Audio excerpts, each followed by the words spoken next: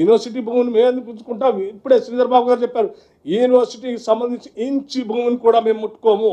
ఆ యూనివర్సిటీ అలాగే అక్కడ చదువుకున్నట్టు విద్యార్థులుగా చెప్తున్నాం, మాకు కూడా ఎమోషనల్ బాండేజ్ ఉంది ఆ యూనివర్సిటీతో.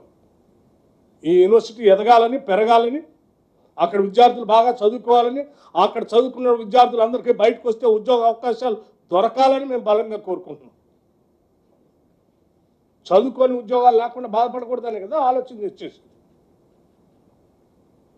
అక్కడ ఉన్నటువంటి ఏదో మష్రూమ్ రాకుని కానీ, లేకపోతే అంబరెల్లా రాకుని కానీ, లేకపోతే ఇంకొక లేక్ని కానీ, వాటిన్నింటినీ దేన్ని డిస్టర్బ్ చేసే క్వశ్చన్ లేదు.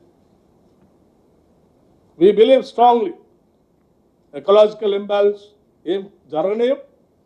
రాష్ట్రం హైదరాబాద్ నగరం పొల్యూషన్ ఫ్రీ నగరంగా ఉండాలి, ఇక్కడ ఉద్యోగ అవకాశాలు రావాలి, నగరం పెరగాలి, సంపద సృష్టించబడాలి.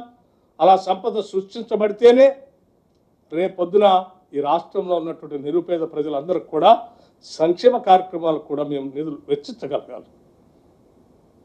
ఇన్ని రకాలుగా ఆలోచన చేసి ఈరోజు రాష్ట్ర ప్రభుత్వం ముందుకు పోతుంది తప్ప ఈ సర్క్యులేషన్ ఇది సోషల్ మీడియాలో సర్క్యులేట్ చేసినట్టుగా యూనివర్సిటీ భూమిని గుంజుకొని ఈ రాష్ట్ర ప్రభుత్వం అటువంటి పని చేయదో చేయకపోదు కూడా. ఇది జరిగిన వాస్తవం.